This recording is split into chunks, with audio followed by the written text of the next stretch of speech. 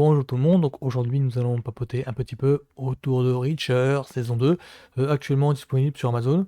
Donc moi je suis cyborgien et si je fais ces vidéos, c'est pour essayer de transmettre un petit peu de ma passion. Faut savoir une chose sur Reacher. Alors Jack Reacher est un héros de roman créé par Lee Child, qui est un écrivain et scénariste britannique né le 29 octobre 1954. Jack Reacher est le héros récurrent d'une vingtaine de thrillers. C'est un ancien officier de police militaire qui se déplace en mission aux quatre coins des États-Unis. Comme tout dur à cuire du polar, Reacher est solitaire, froid, efficace et hanté par son passé. Ses ouvrages sont des best-sellers, hein, et le personnage a été incarné au cinéma deux fois par Tom Cruise, dans Reacher et Reacher 2. Never Go Back. Je me suis anglais fan gueule d'ailleurs sur le choix de casting de Tom Cruise parce que le personnage est une armoire à glace en fait. Je crois qu'il mesure plus de 2 mètres et il est costaud. Il a le physique de Schwarzenegger. Et en cela, l'acteur Alan Ritchson est plus proche de la carrure du héros dans les romans que de Tom Cruise en fait. Parce que je vais pas être méchant, mais Tom Cruise a 2 têtes de moins que le Reacher des romans. Et ça fait déjà un bon point pour la série sur Amazon. Et à moins 1 point pour les films avec Tom Cruise. Et la série qui nous occupe là a été créée par Nick Santora. C'est un écrivain et producteur né dans les années 70. Nick Santora est un scénariste qui a écrit du Les Sopranos, Guardian, Law & Order, Prison Break, Lie to Me et Scorpion. Oui, Scorpion, c'est la série sur le groupe de geeks nerds qui aide ponctuellement le gouvernement. Accessoirement, un agent du FBI. L'agent du FBI dans Scorpion étant interprété par un gars que l'on va revoir dans la saison 2 de Reacher. Je veux pas spoiler. J'ai dit ça, mais je voudrais surtout pas spoiler la fin de ma vidéo. Alors, dans la première saison de Reacher, on voyait donc Reacher qui se fait arrêter pour un crime qu'il n'a pas commis dans un bled paumé.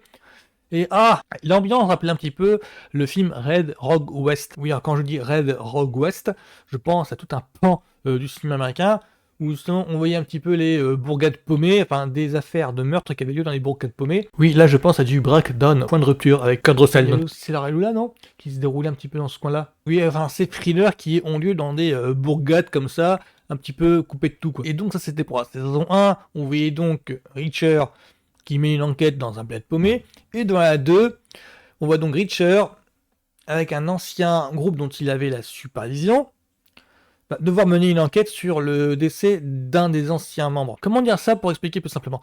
En gros, Reacher, suite à la mort d'un des membres de son ancienne unité, décide de la reformer pour mener l'enquête à sa manière. Alors déjà, il y a une chose à souligner, c'est que Reacher est à moitié construit comme une anthologie. Alors je crois que c'est une caractéristique issue des bouquins, dans le sens où chaque bouquin est autonome. En fait, chaque bouquin raconte une histoire indépendante. C'est pas de fil rouge à travers les bouquins. Parce que Jack Reacher, c'est conçu comme des detective stories classiques. C'est les romans noirs qu'il y avait dans les années 30-40, Philip Marlowe, Michael Spillane et compagnie.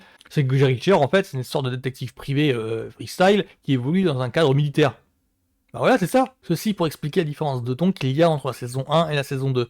La saison 1, c'est donc une saveur un petit peu Red Rogue West. Enfin, tous les films qui parlent d'enquête de thriller dans des bleds paumés, on pourrait citer True Detective par exemple dans le genre.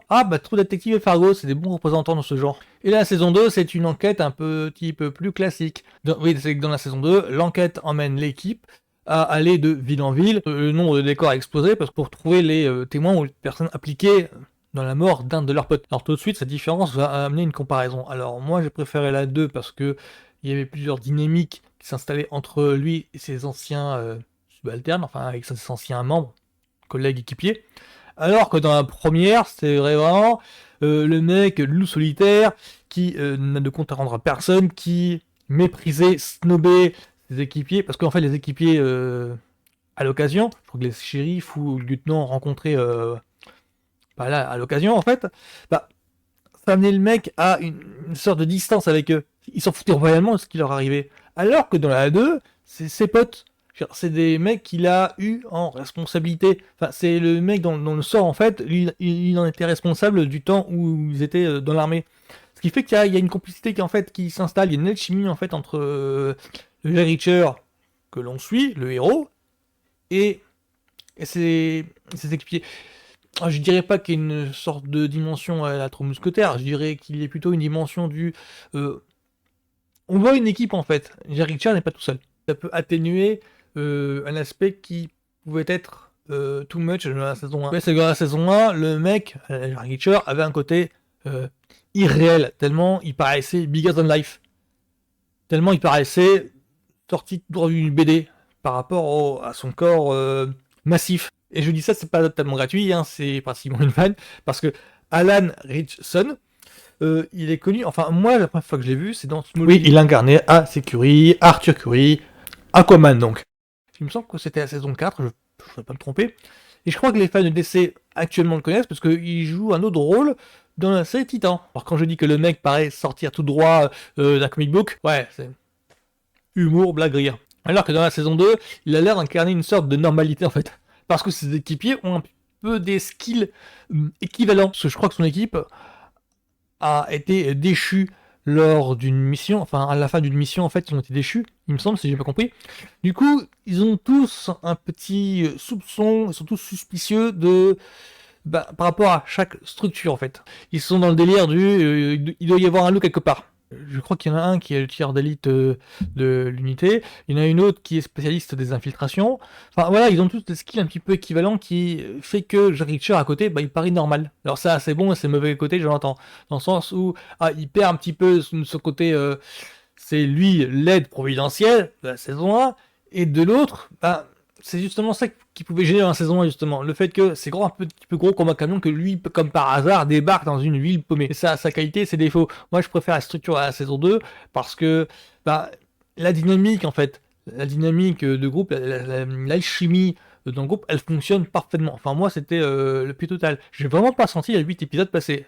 À la limite, quand j'ai mis le 8ème en route en visionnage, je me suis dit, ah mais la vache, c'est déjà la fin, qui est un très bon signe. Et vu que je parle de l'alchimie au sein de l'équipe, autant que parler des acteurs qui composent justement cette unité. Alors au casting, on peut trouver du Serinda Swan qui est apparu 2 fois dans la série Smallville. Encore Smallville, décidément c'est un petit peu vivier ce truc. Il y avait déjà Kristen Krug dans la saison 1. Comme quoi ça a pas l'air, hein, les séries que t'aimes moquées à l'époque, mais comme quoi ça a pas l'air, on retrouve les acteurs ici et là. Dans sa filmographie, on peut y trouver du Trône l'héritage dans lequel elle incarne une des sirènes du film. Mais c'est un visage familier des séries télé, parce qu'on peut trouver dans Six enquêteurs malgré lui, Supernatural, Graceland, Tomorrow People, Chicago Fire, et même Inhumain, je crois que c'est la série Marvel Télévision. Est-ce que je suis le seul à l'avoir vu? Elle joue Medusa. Donc Sean Suppose, lui, il a fait plusieurs séries télé aussi. Alors, Spécial Unit 2, peut-être falloir que je la traite, parce que c'est dans le genre série nanar, c'est intéressant. Les experts Mamie, Urgence, voilà, c'est un visage familier des séries télé.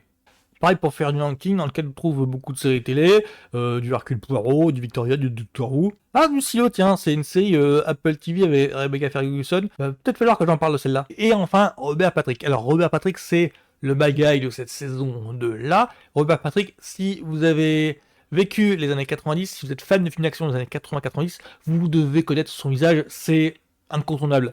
C'est lui le T-1000 en personne dans Terminator 2. On peut le voir aussi dans 58 minutes pour vivre, alias Die Hard 2, dans lequel il joue un des terroristes. Il joue aussi dans The Faculty, dans lequel il incarne un prof de gym sadique. L'air de rien, Robert Patrick, c'est un acteur qui a subi une traversée du désert dans les années fin 90, début 2000, mais que l'on commence à voir partout maintenant. Parce que je l'ai vu dans Peacemaker, je crois qu'il joue le papa de Peacemaker.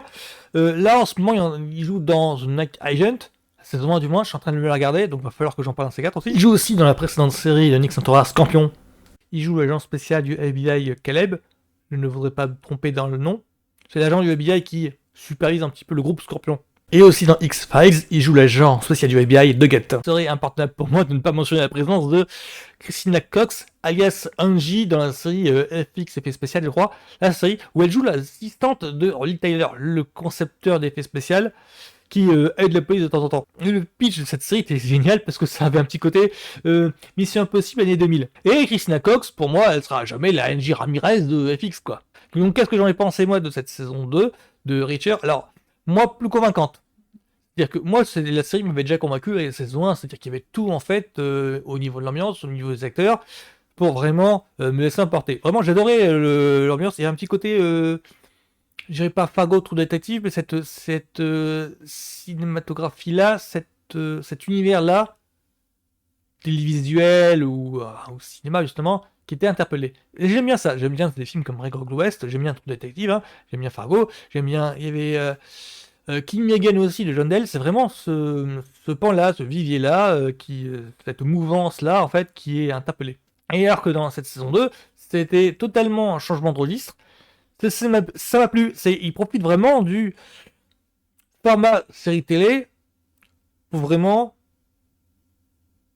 tourner la page sans être incohérent. C'est-à-dire, on retrouve le même personnage, mais dans un milieu différent. Et ça assumait vraiment le truc. Ça assumait vraiment le... Bon, bah, c'est un officier de police, c'est militaire. Il a son passif dans l'armée. Et donc, on apprenait un petit peu de ses secrets, on apprenait un petit peu de ses affaires précédentes. Et ça assumait totalement le passif du personnage, qui était suggéré dans la saison 1. Donc ça profitait vraiment des caractéristiques du format série de télé. Une série de télé, ça doit pouvoir faire ça. Ça doit pouvoir changer du tout d'une saison à l'autre. Je ne dirais pas qu'on devrait pouvoir le faire par épisode, parce que je risquerais de me tirer les fours de pas mal de fans de maintenant, habitués à ce qu'il y ait du fil rouge tout le temps. Mais j'en pense pas moins. Donc cette saison 2 de Reacher, bah, vraiment pas mal, je suis vraiment surpris. Rien que le fait qu'il y ait Christina Koch dedans, pour moi ça validé. C'était pareil un petit peu dans la saison 1 où il y avait Kristen Krug, donc la Lana Lang de Smallville. Et oui, il y en a la Lang de Smallville dans Reacher saison 1. Donc pour moi, c'est validé 2 fois la saison 2. Il n'y a pas de souci à se faire. C'est dans la même lancée qualitative. Je veux dire par là, c'est que c'est... Même si on peut être surpris par le changement d'ambiance, Bourgade d'un côté, ville de l'autre, bah, c'est les mêmes personnages, c'est le même univers. Enfin, la façon dont Reacher perçoit le monde est pareille. Donc il n'y a pas de souci à se faire. Donc pour moi, Reacher saison 2, donc c'est sur Amazon Prime, c'est validé de fou, vraiment. Donc à plus tout le monde, à la semaine prochaine.